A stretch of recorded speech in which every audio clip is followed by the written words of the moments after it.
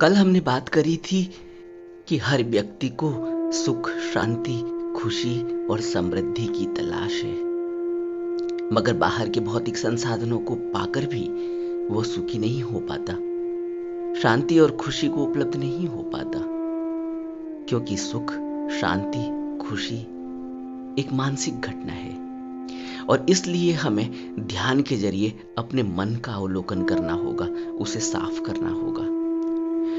अब हमने विपश्यना ध्यान पार्ट 2 में, क्योंकि हमने मन को साफ करना है, मन का अवलोकन करना है, तो यह बेहतर है कि पहले हम यह भी जाने कि यह मन है क्या। अगर हमें यही पता नहीं होगा ये मन क्या है, तो फिर हम विपश्यना कैसे करेंगे, हम ध्यान कैसे करेंगे। तो आज बात करते हैं कि यह मन है क्या।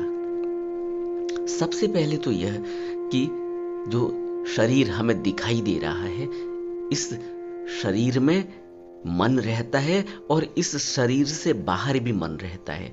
तो सबसे पहले तो यह कंफ्यूजन नहीं होना चाहिए किसी को भी कि शरीर के अंदर कहीं मन रहता है, क्योंकि जनरली हम माइंड कहते हैं ना, तो माइंड जब हम कहते हैं तो हमें लगता है कि कहीं हमारी खोपड़ी में कहीं माइंड है। तो ये जिसको हम मन कह रहे हैं, ये कहीं ऐसा नहीं है कि ये खोपड़ी के अंदर है। खोपड़ी के अंदर ब्रेन है, ब्रेन स्थूल है, ब्रेन को आप देख सकते हैं, ब्रेन को आप उसके किस तरीके से वो काम कर रहा है, उसको साइंटिफिक इंस्ट्रूमेंट से हम उसको पूरा अवलोकन, पूरा उसको देख सकते हैं कि किस तरह से ब्रेन काम कर रहा है, किस तरह से वो खून को ऊपर से नीचे और अपनी सारी कोशिकाओं में, सारे बॉडी में दे रहा है, कैसे इंफॉर्मेशन दे रहा है पूरे शरीर को, ये ब्रेन के जरिए हो रहा है। लेकिन ब्रेन माइंड नहीं है, ब्रेन में भी माइंड है, लेकिन माइंड जिसको हम मन कह रहे हैं, यह शरीर से अलग भी है, शरीर से बाहर स्पेस में भी है। इसको अगर कंप्यूटर की भाषा में समझे तो यह इस तरह से हम समझ सकते हैं, जैसे ब्रेन को हम कंप्यूटर की बॉडी कह लें, हार्डवेयर कह लें, और उस हार्डवेयर में अगर सॉफ्टवेयर ना हो तो वह हार्डवेयर में आप क्या देखेंगे? आप उसे ऑन करेंगे, उसमें एक लाइट दिखेगी और कुछ नहीं दिखेगा। लेकिन अगर उसमें आपने कोई सॉफ्टवेयर डाला है तो उस सॉफ्टवेयर को के जरिए अब आप उसमें कोई भी काम कर सकते हैं। तो यह जो सॉफ्टवेयर है, यह सॉफ्टवेयर मन है, और यह इसी सॉफ्टवेयर को आप जहां आपने वो रखा हो, अपना कंप्यूटर रखा हुआ है, उसके ही अंदर, और इसके डेटा को आप गूगल स्पेस में, क्लाउड में भी देख सकते हैं। तो कहने का अर्थ यह है कि जिसको आप ब्रेन कह रहे हैं, यह आपकी बॉडी का एक हिस्सा है, आपके शरीर का हिस्सा है, लेकिन मन शरीर में भी है और शरीर के बाहर भी है। अगर शरीर और मन का कांटेक्ट टूट गया, जो सांसों से जुड़ा हुआ है, शरीर और मन का जो ब्रिज है वो सांस है। सांस से आप शरीर में आ रहे हो, यह मन शरीर में आ रहा है, और सांस के जरिए यह मन शरीर से बाहर चला जाता है, फिर शरीर में आ रहा है, फिर बाहर चला जाता है। तो शरीर से बाहर, यह दोनों जगह रहता है। ये कण कण में आपका मन, यानी मनुष्य का मन जो है, किसी भी जीव का जो मन है, वो उसके बॉडी के कण कण में है और बॉडी से बाहर भी है। जिस तरह से आजकल तो अगर कंप्यूटर की भाषा को यूज करें तो क्लाउड स्पेस, आप अपने कंप्यूटर, आप अपने मोबाइल में अपने सारे डेटा को देख भी रहे हैं, और साथ में अगर किसी दूसरे मोबाइल में अपने आईडी को डालेंगे तो क्लाउड स्पेस में वहां भी देख सकते हैं, किसी और कंप्यूटर में भी देख सकते हैं। वो हैंग है कहीं ऊपर, और उसको 10 साल के बाद भी आप देखेंगे तो तब भी देख सकते हैं, अगर वो डेटा वहां है। तो कहने का मतलब यह है कि मन कोई और चीज है, शरीर कोई और चीज है, ब्रेन कोई और चीज है। शरीर और ब्रेन में मन एक्टिव रहता है और उसके बाहर भी रहता है। इसीलिए तो आप यहाँ सोचते हैं, आपने कोई शहर देखा है, आपने कोई व्यक्ति देखा हुआ है, आप उसके बारे में सिर्फ सोचते हैं, तब तक आप उसके पास पहुंच जाते हैं। और मैं आपसे यहाँ कहूँ, अगर कोई बात करूं, तो आपको वो सुनाई नहीं पड़ती, क्योंकि आप वहां चले गए, आपका मन वहां चला गया। कहते ना, मेरा मन वहां है। ये मेरा मन वहां है का मतलब यह है कि अभी आप अपने शरीर से वहां बाहर जा चुके हो, लेकिन आप शरीर में भी हो। तो इस मैकेनिज्म को हमें समझना होगा, और इस मैकेनिज्म को समझने के लिए ही हमें ध्यान की आवश्यकता होती है। और अगर हम ध्यान नहीं करेंगे तो हम इस मैकेनिज्म को कभी नहीं समझ पाएंगे, और हमारा जीवन व्यर्थ ही ऐसे ही शरीर और मन के कार्यकलापों में मन हमें जिस तरह से जहाँ भी लगाना चाहे वहाँ लगा देगा। जिस तरह से भी विचार हमारे अंदर हैं उनमें हमको जोड़ दे रखेगा, और तृष्णाएं, वासनाएं इनमें फंसा के रखेगा, और हम अपने जीवन को ऐसे ही बिना समझे और बिना जाने यहाँ से, जो भी हमें लिमिटेड टाइम हमारे पास है, जितना भी है वो हमें भी पता नहीं, लेकिन हम उसे बिना जाने और समझे ऐसे ही चले जाएंगे। जैसे कोई पशु, कोई जानवर यहाँ से अपने जीवन को बिताकर चला जाता है। मनुष्य के अंदर ही यह भाव यह रखा हुआ है कि वह इसको अंडरस्टैंड कर सकता है, इसको समझ सकता है, क्योंकि इसका मन पूरी तरह से एक्टिव है। बाकी किसी भी स्पीसीज में, किसी भी जानवर में, किसी भी जीव जंतु में यह मन इतना एक्टिव नहीं है, इतना पावरफुल नहीं है कि हम इसको समझ सकें। लेकिन मनुष्य इसको समझ सकता है, क्योंकि मनुष्य के अंदर यह मन पूरी तरह से एक्टिव फॉर्म में है, इसको समझा जा सकता है। इस मन की 3 लेयरें हैं। एक इसमें कॉन्शियस माइंड है, जैसे मैं अभी आपसे बात कर रहा हूं बहुत कॉन्शियस होके, ये कॉन्शियस माइंड है। इसके पीछे एक सबकॉन्शियस माइंड है जो मुझे अभी इंफॉर्मेशन दे रहा है और मैं आपसे बात कर रहा हूं। ये इंफॉर्मेशन कहीं ना कहीं रखी हुई है कि मैं आप तक पहुंचा रहा हूं कॉन्शियस माइंड के जरिए, लेकिन इंफॉर्मेशन मुझे पीछे से कहीं से मिल रही है। यह सबकॉन्शियस माइंड है जो इसके बीच की लेयर है। इसके नीचे एक अनकॉन्शियस माइंड है, यानी एक कंटेंट के, एक मन के 3 भाग हैं। ऊपर इसकी लेयर जो है वो कॉन्शियस की है, जिससे मैं अपने, जब तक मैं जगा हुआ हूं, अपने सारे काम कर रहा हूं। एक इसके पीछे की लेयर सबकॉन्शियस है, जहां पूरी मेमोरी, पूरा डेटा स्टोर है, पूरा पास्ट का डेटा, जो भी मैंने अभी तक देखा है, जो भी अभी तक मैंने पढ़ा है, जो भी इंफॉर्मेशन मुझे मिली हुई है, वो सब उस सबकॉन्शियस पार्ट में स्टोर है। उसके नीचे एक अनकॉन्शियस माइंड है जो पूरी तरीके से बेहोश और बेसुध है, सोया हुआ है, लेकिन वहां भी इंफॉर्मेशन है। वहां कोई ऐसी इंफॉर्मेशन दबी हुई है जो कभी कोई ऐसी घटना घटी थी जो मैंने छिपा के रखी हुई है, और वह अनकॉन्शियस में बैठी हुई है। और आज तो इस तरह के इंस्ट्रूमेंट खोज लिए गए हैं, इस तरह की वैज्ञानिक विधियां प्रचलित हो गई हैं कि उस अनकॉन्शियस माइंड में जाकर भी देखा जा सकता है कि यहाँ कौन सी इंफॉर्मेशन दबी हुई है। और कई बार तो ऐसा होता है, कोई चोट लग जाए, आदमी अनकॉन्शियस हो जाए, तो वो बोलता है। उस अनकॉन्शियस माइंड में जब वो है ही नहीं, जब वो कॉन्शियस नहीं है, वो सबकॉन्शियस भी नहीं है, उस समय वो जो बोल रहा है अनकॉन्शियस माइंड में, अपने सबसे नीचे के तल पे, वो कोई इंफॉर्मेशन दे रहा है, कोई पास्ट की। हो सकता है कि वो इस लाइफ की ना हो, इससे पहले भी कहीं के वो इंप्रेशन दे रहा हो। इसको हम अनकॉन्शियस माइंड कहते हैं।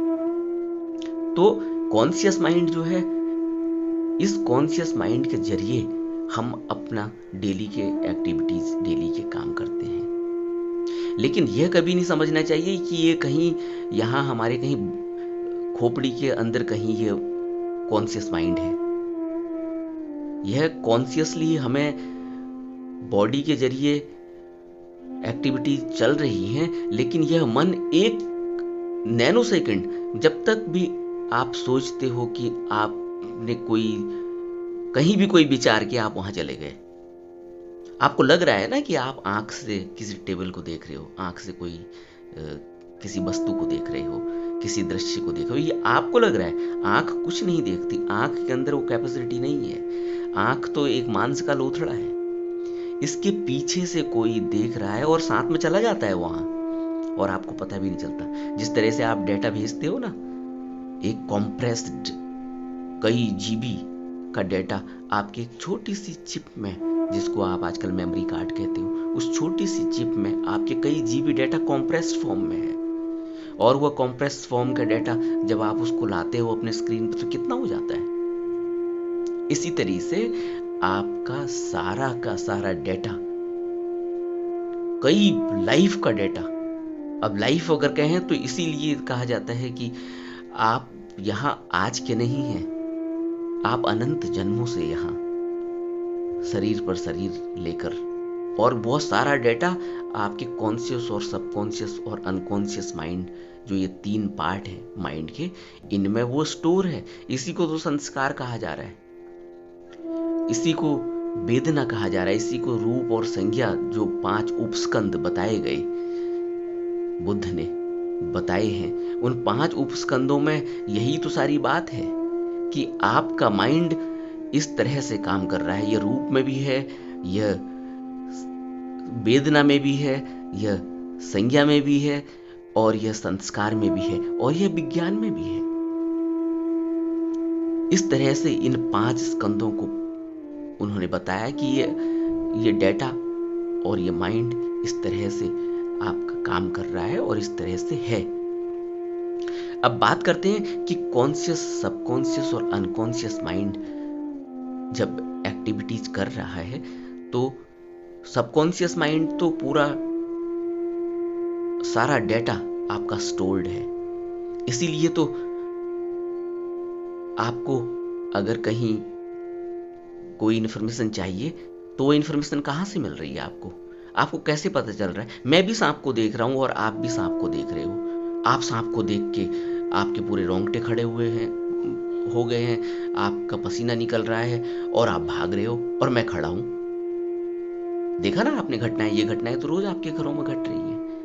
कोई छिपकली दिख रही है दीवार पर और एक व्यक्ति घर से बाहर चला जाता है छिपकली देख के, और एक दूसरा व्यक्ति है जो वहीं खड़ा है जो उस छिपकली को पकड़ के और घर से बाहर कर देगा, या एक व्यक्ति है जो उसको मार देगा। एक व्यक्ति कहेगा छोड़ो जाने दो, क्या हो रहा है, वो वैसे ही अपने सारे काम करेगा, छिपकली वहीं बैठी हुई है, उसको कोई फर्क नहीं पड़ रहा है।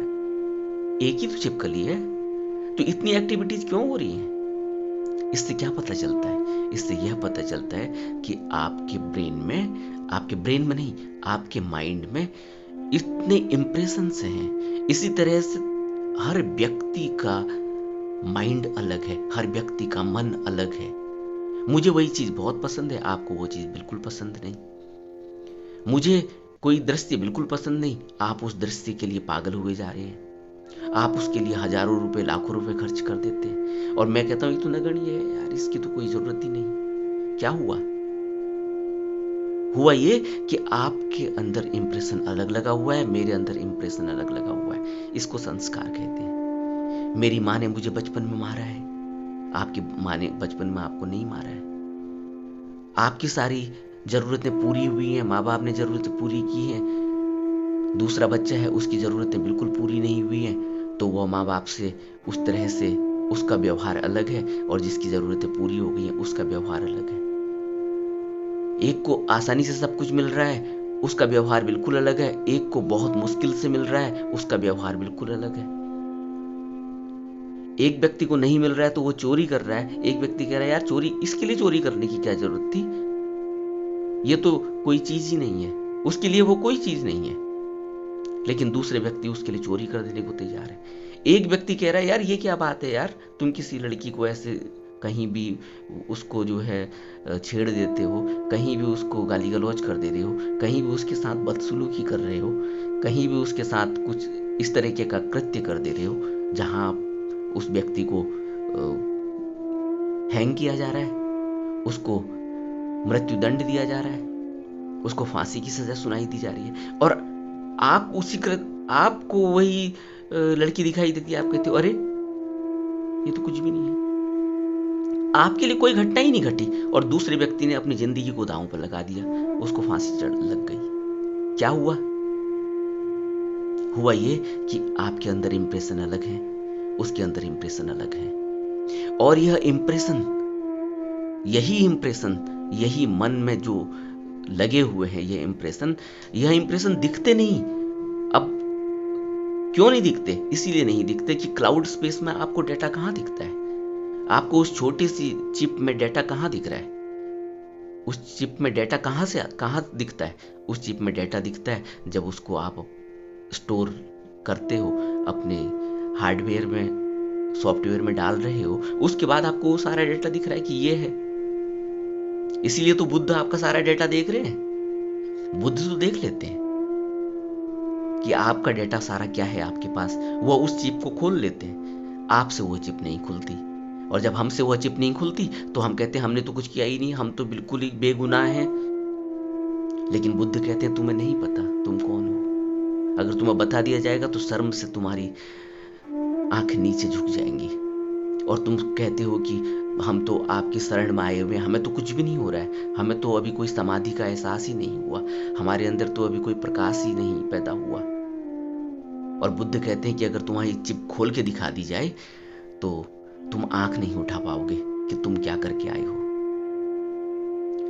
आज वह व्यक्ति बेगुनाह दिखाई दे रहा है जिसके दोनों हाथ नहीं दिखाई दे रहे हैं, दोनों पांव नहीं दिखाई दे रहे हैं, और घिस घिस के घसीट के अपने को टायर ऐसे अपने पांवों में, पंजों में लगाकर, चप्पल पंजों में लगाकर, हाथ में लगाकर घसीट के वो रेड लाइट पर भीख मांग रहा है। हमें बड़ी दया आती है कि ये क्या हुआ। लेकिन बुद्ध देखते हैं, वो कहते हैं अरे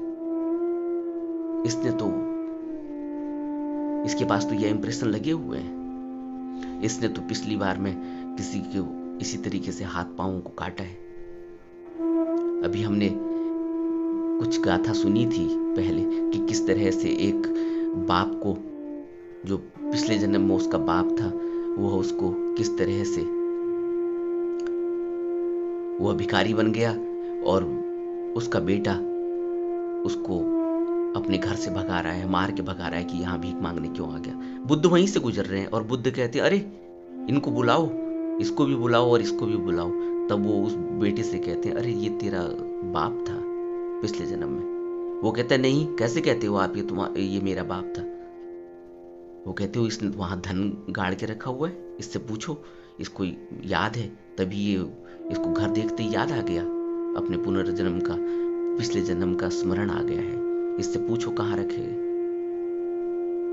और उसने बता दिया कि मैंने यहाँ धन गाड़ के रखा हुआ है।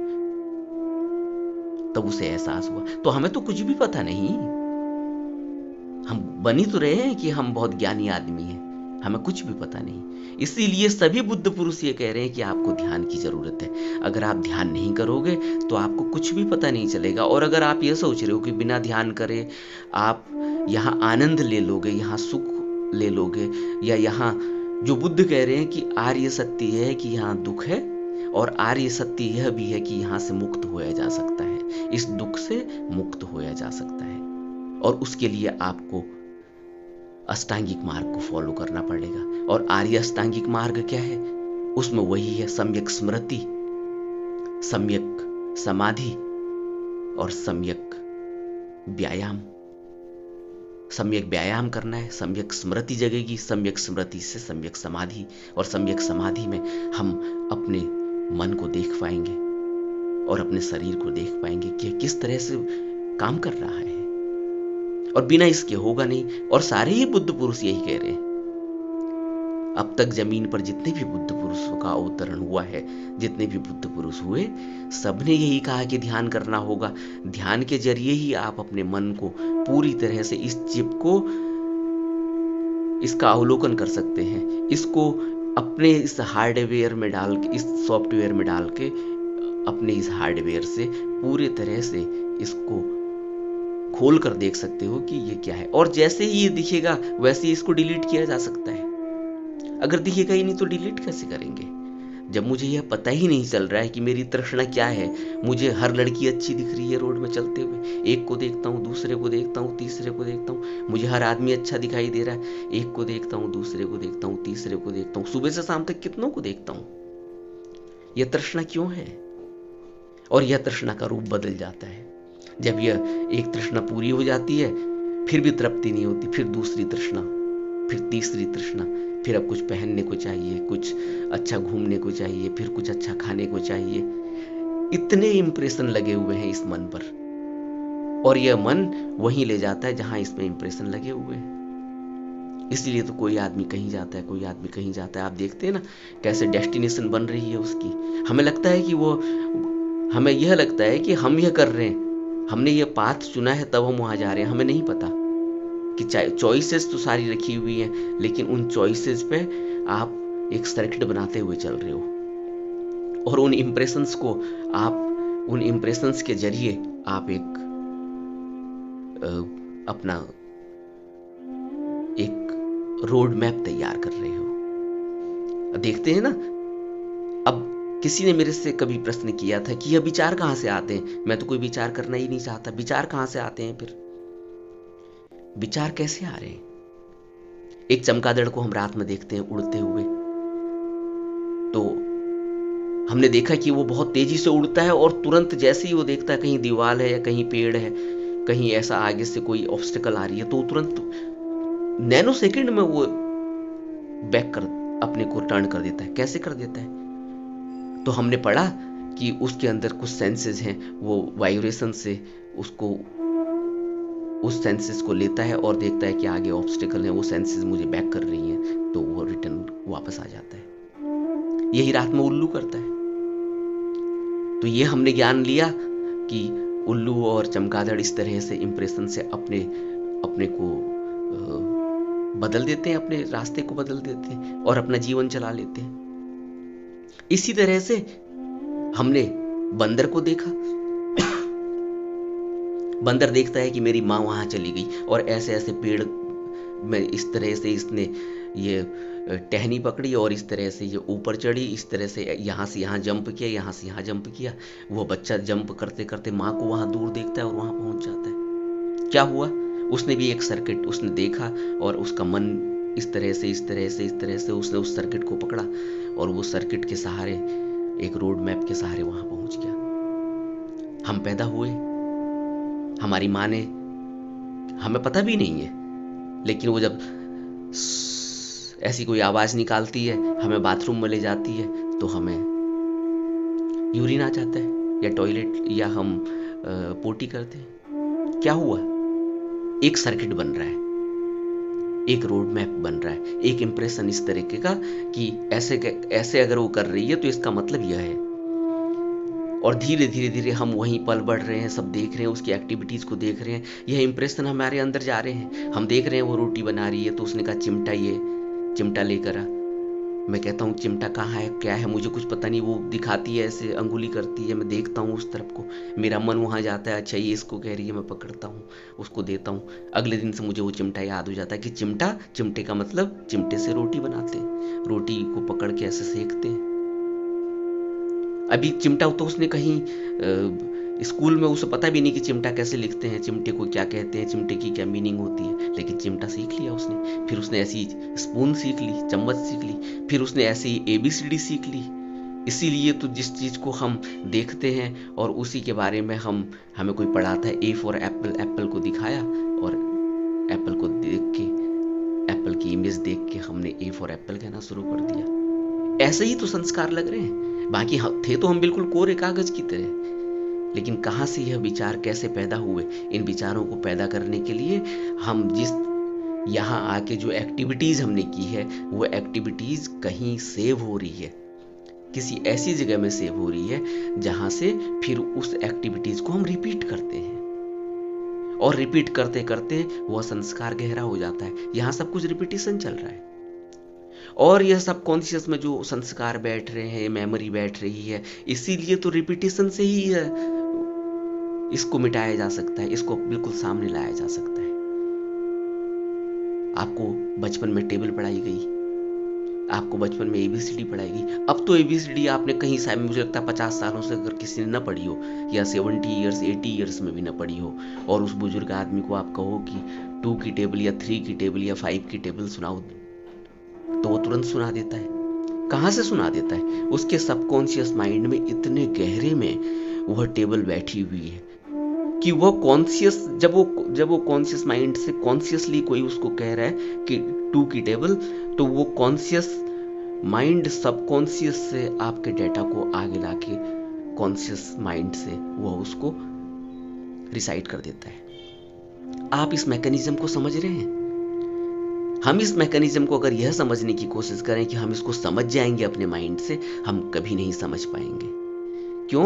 क्योंकि यह माइंड को समझने के लिए हमें इसके अंदर माइंड को बहुत गहरे में इसको देखने की जरूरत है, और इसको देखने के लिए ही हमें ध्यान करना होता है, जिसमें हमें कुछ करना नहीं होता। बेसिकली हमें इसको सिर्फ ऑब्जर्व करना होता है।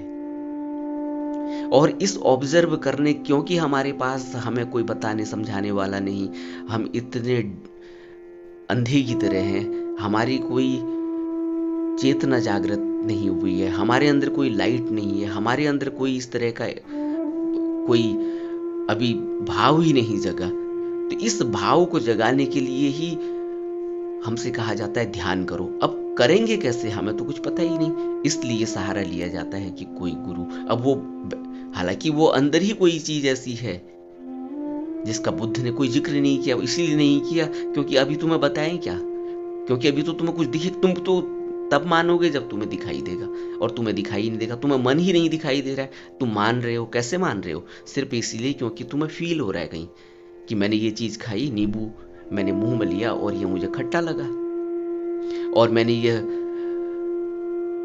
खीर ली और ये खीर मेरे को मीठी लगी, और मैंने यह नमकीन चीज ली, यह मुझे नमक लगा। ये स्वाद आपको कहीं पता चल रहा है तो आप इसको फील कर रहे हो, आपको लग रहा है कहीं ब्रेन इसको कुछ कर रहा है, ब्रेन का कोई मैकेनिज्म है। यह ब्रेन का मैकेनिज्म नहीं, ब्रेन तो आपको इन्फॉर्मेशन दे रहा है, लेकिन ब्रेन के बाद भी कहीं ब्रेन भी कहीं से इन्फॉर्मेशन ले रहा है, उसको समझना होगा। तो इसलिए हमें कोई गुरु की जरूरत पड़ती है, जिसको हम कहते हैं बुद्धम शरणम गच्छामि। तो वो हमें थोड़ा सा सहारा देता है, हमें बताता है कि आप इससे करो, मैंने भी ऐसे ही पाया, मैंने ये किया था, तुम भी यह करो। और अगर मेरे सानिध्य में करोगे तो उससे यह हो जाएगा कि तुम्हारे अंदर एक कमिटमेंट आएगा, तुम्हारे अंदर एक आदत बनेगी, क्योंकि सारा काम तो आदत और रिपीटेशन से ही हो रहा है, और आदत और रिपीटेशन से तुम्हें बैठना आएगा, कमिटमेंट आएगा, तुम देखोगे कि अरे यार यह व्यक्ति ने मुझसे ये कहा है, अगर मैं नहीं करूंगा तो यह, फिर मैं इसको क्या मुंह दिखाऊंगा, मुझे अपना पूरा टाइम देना है। तो यहां से एक कमिटमेंट स्टार्ट होता है। फिर वो थोड़ा आपको सहारा भी देता है, क्योंकि जब वो एक ऐसी अवस्था में पहुंच गया है तो अपने माइंड को आप तक भी डाल सकता है। जब मैं ये कह रहा हूं कि आप अपने मन के जरिए शरीर में भी होते हैं और मन के जरिए विचारों के माध्यम से बाहर भी आ जाते हैं। अगर मैंने दिल्ली में मैं रहता हूं, मैंने दिल्ली देखी हुई है, तो अगर मैं कोई मुझसे कहे बैंगलोर, तो मैं क्या कहूंगा कि मैं तो कभी बैंगलोर गया नहीं। अब मैं बैंगलोर में कैसे पहुंचूं? अभी बैंगलोर, मुझे पता है कि बैंगलोर कोई शहर है, अब मैं क्या करूंगा, मैं अपनी दिल्ली की इमेज को लेके एक बैंगलोर बना दूंगा। ऐसी तो कंप्यूटर बना है। यह कंप्यूटर, अगर आपने माइंड को समझना है, मन को समझना है, तो कंप्यूटर को समझना होगा, किस तरह से ये कंप्यूटर काम कर रहा है, हार्डवेयर काम कर रहा है, सॉफ्टवेयर काम कर रहा है, इसके अंदर की चिप्स काम कर रही हैं, मेमोरी काम कर रही है, क्लाउड स्पेस काम कर रहा है, कहाँ वो डेटा हैंग हो रहा है, कहाँ वो कितना कॉम्प्रेस्ड हो रहा है। एक डॉट की तरह कोई डेटा होता है, कोई डॉट दिख रहा है हमें, अभी स्क्रीन में हम देखते हैं ना, कोई फाइल अपलोड करते हैं, एक डॉट सा दिखता है, लेकिन हमें वो डॉट हमें दिख रहा है, लेकिन मालूम पड़ा कि उसमें तो अगर उस डॉट को वहीं स्टॉप कर दें और उसको खोलें अपने सॉफ्टवेयर में, तो हमें ये दिखेगा कि जिसको हम डॉट देख रहे थे ये तो 10 GB डेटा है, और 10 GB डेटा में आपका पूरा बेंगलोर शहर की सारी तस्वीरें हैं, आपने पूरा बेंगलोर देख लिया एक डॉट में। तो क्या हुआ? इसलिए अगर हम इस मन को ऐसे समझने की कोशिश करेंगे तो कभी नहीं समझ पाएंगे। और मन मन ही ऐसा है कि आपको शरीर से बाहर भी ले जाता है, शरीर के अंदर भी लाता है, फिर बाहर ले जाता है, फिर अंदर लाता है। और शरीर और मन को जोड़ने वाली जो चीज है वो है सांस। इसलिए बुद्ध ने कहा कि आप आनापान करो, आप विपस्सना करो, इन आती जाती सांसों को सिर्फ देखो, कुछ नहीं करना है। करना तो कुछ भी नहीं है, यह अपने आप ही एक नेचुरल प्रोसेस हो रहा है। आप सोचो, क्या आप यह सोचते हो कि आपके बॉडी में कोई ब्रेन है, कोई मैकेनिक्स है, कोई मैकेनिज्म है, कोई कहीं मशीन लगी हुई है तो हार्ट पंप कर रहा है? कोई मशीन लगी हुई है क्या? कोई भी मशीन नहीं लगी हुई है। कैसे चल रहा है सोचो। अगर मशीन ही लगी होती तो फिर तो हम रोबोट हो जाते। रोबोट बना तो दिया है ना साइंस ने, वैज्ञानिकों ने रोबोट बना दिया है। तो क्या हम रोबोट हैं? हम कहां से जुड़े हुए हैं? रोबोट तो हम देख रहे हैं कि किसी उससे जुड़ा हुआ है, उसके पास कोई इंस्ट्रूमेंट है, उस इंस्ट्रूमेंट को वो दबाता है, रिमोट कंट्रोल्स के सहारे वो उससे जो काम कराना चाहता है। हमारा रिमोट कंट्रोल कहाँ है? हमारा रिमोट कंट्रोल यही, उसको समझना होगा। उस रिमोट कंट्रोल में, कंट्रोल और रोबोट के बीच में, वहां तो सांस नहीं दौड़ रही है, वहां तो एक मैग्नेटिक वेव्स दौड़ रही है। उस मैग्नेटिक वेव्स से वो इंफॉर्मेशन ले रहा है। आपने यहां रिमोट दबाया, वहां टेलीविजन चल गया। क्या हुआ? रिमोट से टेलीविजन कैसे चल गया, कभी आपने सोचा? लेकिन हमें जो साइंस ने बताया, जो हमने पढ़ा, हमने यह पढ़ा, हम दिखाई तो कुछ भी नहीं दे रहा है ना। यहाँ रिमोट के बटन दबता है, वहां टेलीविजन चल जाता है या कंप्यूटर चल जाता है, दिखता तो कुछ भी नहीं है। क्या हुआ? कहीं ना कहीं कोई मैग्नेटिक वेव्स हैं जो उस चिप्स को इस चिप से कनेक्ट कर रही है। अब मैं यहाँ मोबाइल अपने हाथ में पकड़े हुआ हूँ और बात कर रहा हूँ, लेकिन दिख तो कुछ भी नहीं रहा है। लेकिन इंफॉर्मेशन कहाँ से इसको रिसीव कर रहा है, डेटा को? कहीं कोई टावर लगा हुआ है, वो चिप और यह चिप दोनों एक दूसरे को कनेक्ट कर रही है। इसीलिए तो होता है ना, कई बार आप कहते हो कि अभी टावर अभी कनेक्ट नहीं कर रहा है, अभी कनेक्टिविटी नहीं है। इसका मतलब आपकी चिप को वह टावर कनेक्ट नहीं कर रहा है जो उस डेटा को आपके पास भेजता, उस साउंड को भेजता। तो इस बात को हमें सबसे पहले समझना होगा। हम अगर मेडिटेशन करना चाहते हैं, विपस्सना करना चाहते हैं, तो पहले हमें यह समझना होगा कि हम क्या मेडिटेशन करना चाहते हैं। इसलिए मैंने इस दूसरे एपिसोड में मन को समझाने की कोशिश करी कि पहले हम मन को समझें कि मन शरीर और शरीर के बाहर स्पेस में भी है और आपके अंदर भी है। और जिस समय भी यह कनेक्शन टूट जाएगा, जिस समय भी मन का शरीर से कनेक्शन टूट जाएगा, उसी समय आपकी सांस टूट जाएगी। और ये सांसों से ही जुड़ा हुआ है। सांस देखा ना, कोई मृत व्यक्ति कैसे हो जाता है, मृतक क्यों कहते हैं हम उसको? उसकी सांस टूट गई। सांस उसकी जैसी टूटी, उसका मन अलग और मन तो मैंने बताया ना आपको कि मन तो दिखता ही नहीं है, वो तो एक क्लाउड स्पेस है, वो तो एक कॉम्प्रेस्ड उसमें है। लेकिन वो स्पेस में गया, लेकिन स्पेस में ही रह गया है वो अभी।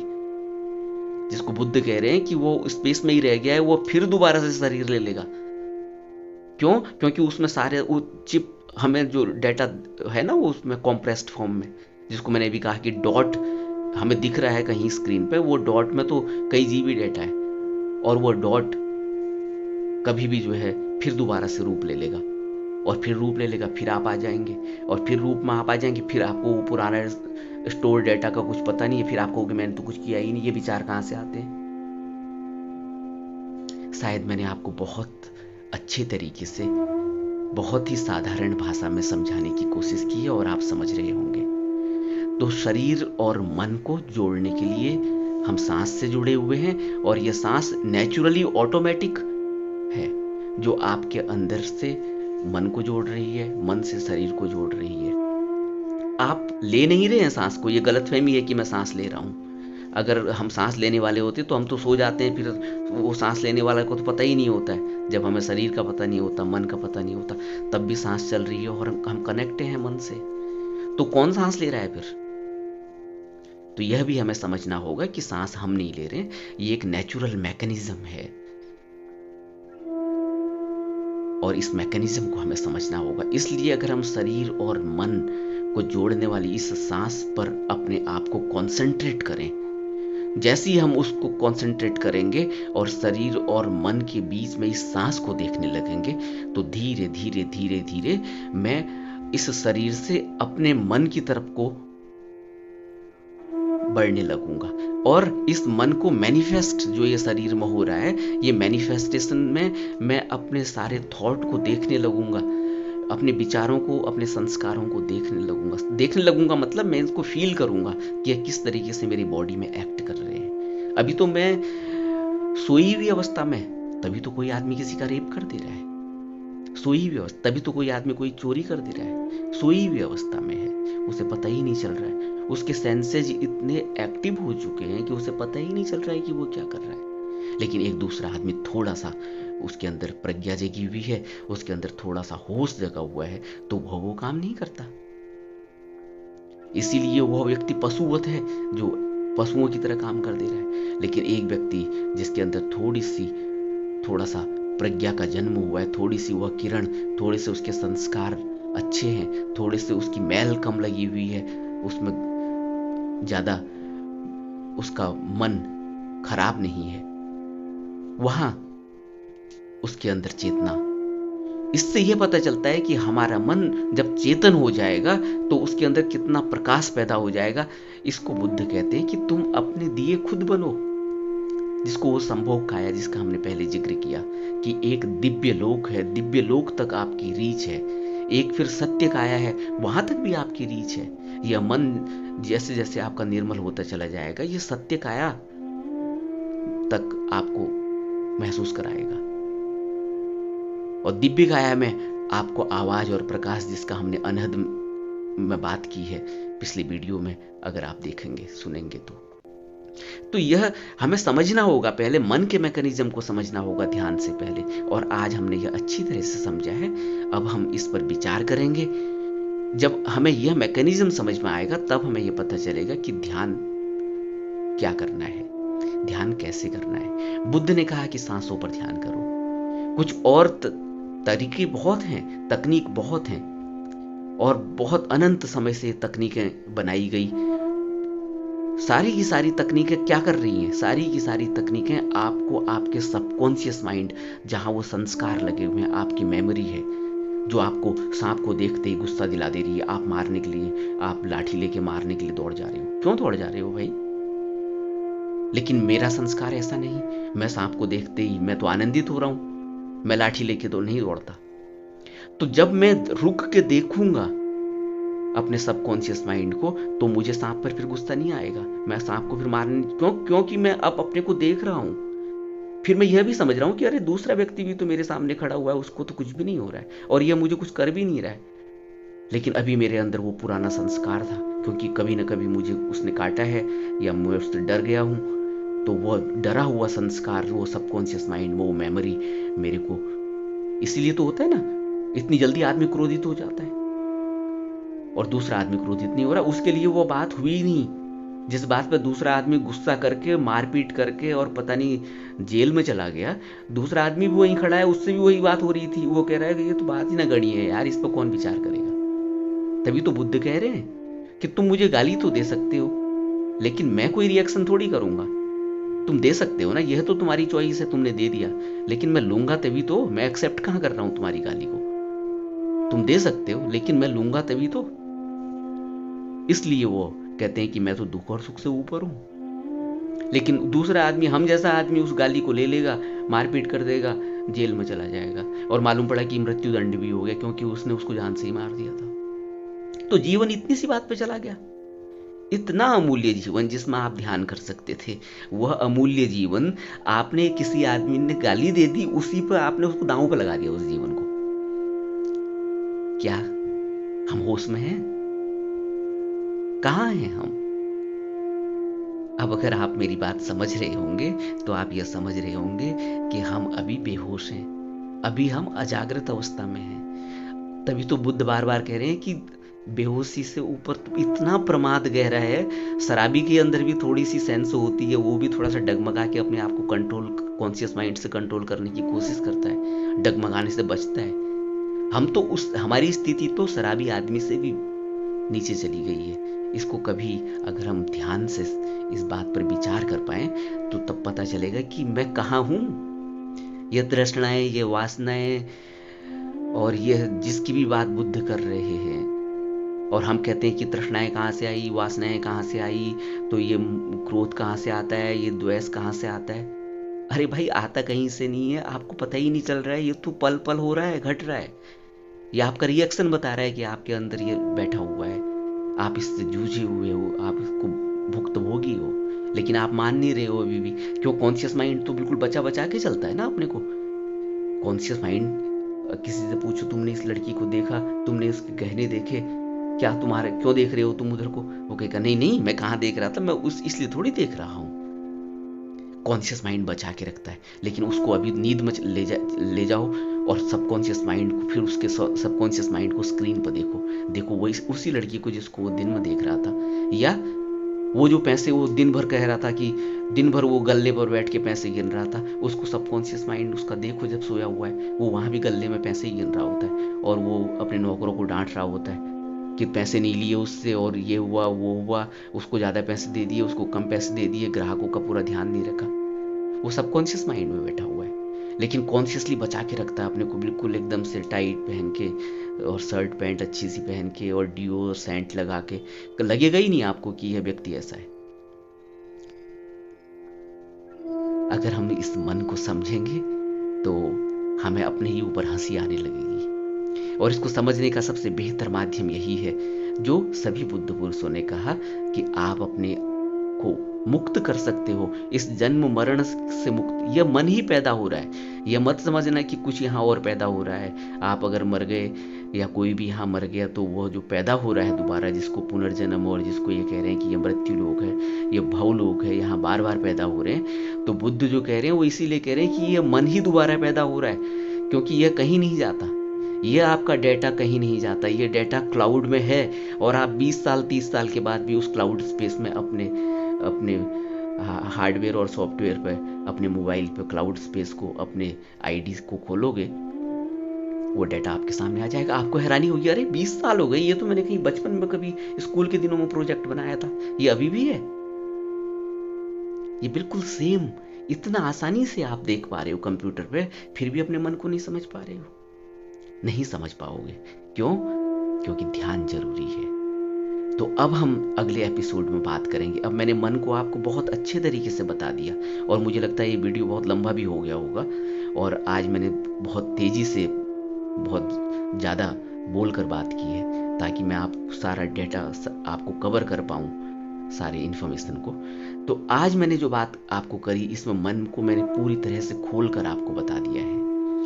अब हम बात करेंगे ध्यान की, कि किस तरह से ध्यान के जरिए हम अपने मन के अंदर लगे हुए इन इम्प्रेशंस को, इन संस्कारों को किस तरह से देखते हैं और महसूस करते हैं, और विपश्यना ध्यान के माध्यम से हम इसको महसूस कर पाएंगे।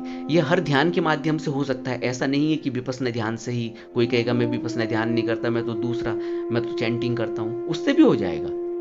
यह नहीं है कि किसी से होगा किसी से नहीं होगा। बात यह है कि शिद्दत, कितनी शिद्दत से आप कर रहे हैं, बात यह है कि कितनी तन्मयता से आप कर रहे हैं, बात यह है कि कितने कमिटमेंट से आप कर रहे हैं। क्या बुद्ध का जैसा कमिटमेंट है? क्योंकि बुद्ध पुरुषों ने तो करके दिखाया है ना। वो ऐसा नहीं है कि वो ऐसे ही उतर गए और उतर के जो है बिल्कुल ऐसे बुद्ध की तरह बैठ गए, उन्होंने कहा जी हम तो बुद्ध प्रकट हुए हैं, ऐसा तो नहीं था ना। बुद्ध की पूरी कहानी क्या कहती है, जीवन से लेके उनकी मृत्यु तक की कहानी क्या कहती है हमें? उन्होंने करके दिखाया है। वही कमिटमेंट चाहिए, और कमिटमेंट धीरे धीरे, ऐसा भी नहीं है कि एक ही दिन में आ जाएगा। बुद्ध को भी एक ही दिन में तो नहीं आया। बुद्ध ने भी कितने कहाँ बुद्ध भटके हैं, कितना उन्होंने कठोर तप किया है, और हमको यह सलाह दी कि इतना कठोर तप मत करना, मध्य मार्ग में रहना। देखिए उनकी करुणा और दया देखिए, अपना इतना कठोर तप किया और हमसे कहा कि ये मत करना।